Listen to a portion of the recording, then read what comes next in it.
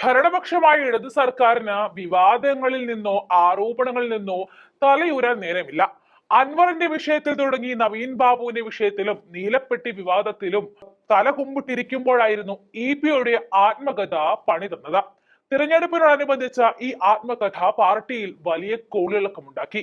മാധ്യമങ്ങളും പ്രതിപക്ഷവും എന്തിനേറെ PV അൻവർ പോലും സ്വന്തം പാർട്ടിക്കെതിരെ പറഞ്ഞുകൊണ്ട് രംഗത്തേക്ക് വന്നു. അൻവറിന്റെ ലക്ഷ്യം അവസരം മുതലാക്കി മരുമകൻ മുഹമ്മദ് റിയാസിനിട്ടൊരു പണി കൊടുക്കുക എന്നതാണ്. EP ജയരാജനെ രക്തസാക്ഷി എന്ന് വിശേഷിപ്പിച്ചുകൊണ്ട് PV അൻവർ MLA, പൊതുമരാമത്ത് വകുപ്പ് മന്ത്രി PA മുഹമ്മദ് റിയാസും മുഖ്യമന്ത്രിയുടെ പൊളിറ്റിക്കൽ സെക്രട്ടറി P ശശിയും അടങ്ങുന്ന ഉപാചക സംഘം EP ജയരാജനെ കൊടുക്കാൻ ശ്രമിച്ചതാണെന്ന് പറഞ്ഞിരിക്കുകയാണ്. EP എങ്ങനെയെങ്കിലും പാർട്ടിയിൽ നിന്നും പുറത്താക്കാനാണ് ഇവരുടെ നീക്കമെന്നും അൻവർ പറഞ്ഞു. മനുഷ്യരുമായി ബന്ധപ്പെട്ട് നിൽക്കുന്നവരെ ഒഴിവാക്കി മുഹമ്മദ് റിയാസിനെ മുന്നോട്ട് കൊണ്ടുവരികയാണെന്നും അദ്ദേഹം പ്രതികരിച്ചു. തലമുതിർന്ന നേതാക്കളെ ഉൾപ്പെടെ പലരെയും മുഖ്യമന്ത്രിയുടെ ഓഫീസ് ലക്ഷ്യം വെക്കുന്നുണ്ടെന്നും EP ജയരാജൻ ഒരു രക്തസാക്ഷിയാണെന്നും അൻവർ പറയുന്നു. EPയുടേതെന്ന പേരിൽ പുറത്തു വന്ന കട്ടൻ ചായയും പരിപ്പുവടയും എന്ന ആത്മകഥയുടെ കവർ ചിത്രം DC ബുക്സ് പുറത്തുവിട്ടത് വലിയ വിവാദമായി മാറുകയായിരുന്നു. പുസ്തകത്തിന്റെ PDF കോപ്പിയും പ്രചരിച്ചിരുന്നു. ഇതിൽ രണ്ടാം പിണറായി വിജയന്റെ മന്ത്രിസഭയെക്കുറിച്ചും P സരിന്റെ സ്ഥാനാർത്ഥിത്വത്തെക്കുറിച്ചും അൻവറിനെ കുറിച്ചുമുള്ള വിമർശനങ്ങൾ ഉണ്ടായിരുന്നു. സ്ഥാനമാനങ്ങൾ പ്രതീക്ഷിച്ചു വരുന്നവർ വയ്യാവേലിയാണെന്നും PV അൻവർ പോലും ഇത്തരമൊരു പ്രതീകമായിരുന്നുവെന്നും ഇതിൽ പറയുന്നുണ്ട്. സരിനെ സ്ഥാനാർത്ഥിയാക്കിയ തീരുമാനം ശരിയോ തെറ്റോ എന്ന് കാലം തെളിയിക്കുമെന്നും അൻവറിന്റെ പിന്നിൽ തീവ്രവാദ ശക്തികളാണെന്നും EPയുടേതെന്ന പേരിൽ പുറത്തു വന്ന ആത്മകഥയിലുണ്ട്.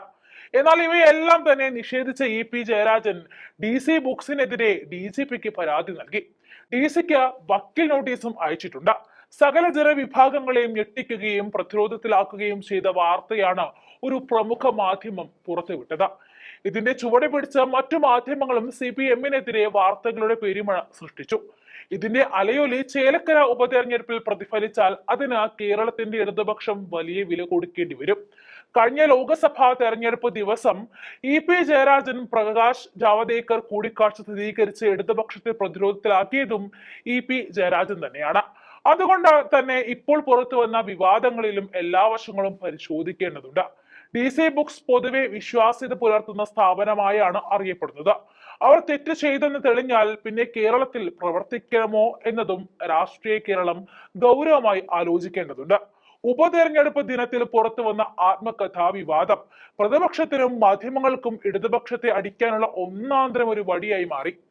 EP നൽകിയ പരാതി പോലും തൽക്കാലം വിവാദത്തിൽ നിന്നും തലയൂരാനാണെന്നാണ് സംശയിക്കുന്നത്. എന്നാൽ പാർട്ടി നേതൃത്വത്തിന്റെ ഇടപെടലോടെ DGPക്ക് പരാതി നൽകാൻ EP നിർബന്ധിതനായ സ്ഥിതിക്ക് ഇനി എന്തായാലും യാഥാർത്ഥ്യം പുറത്തു വരിക തന്നെ ചെയ്യും. ഇനി EP ജയരാജൻ പറയുന്നത് തെറ്റെങ്കിൽ പിന്നെ ഒരു നിമിഷം പോലും CPMൽ അദ്ദേഹം തുടരാൻ പാടുള്ളതല്ല. വാഗൺ സ്പൈസസ്, വാഗമണിലെ എല്ലാ ഒറിജിനൽ പ്രോഡക്ട്സും തിരുവനന്തപുരത്ത് ഒരു കുടക്കീഴിൽ ജ്യോതിപുരം ഫുഡ് സേഫ്റ്റി ഓഫീസിന്റെ മുൻവശത്ത് പ്രവർത്തനം ആരംഭിച്ചിരിക്കുന്നു.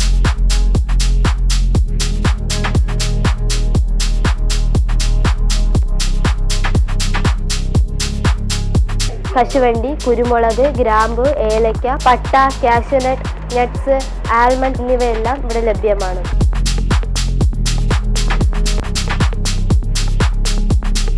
ബന്ധപ്പെടേണ്ട നമ്പർ 7994007599 അല്ലെങ്കിൽ 9656417599.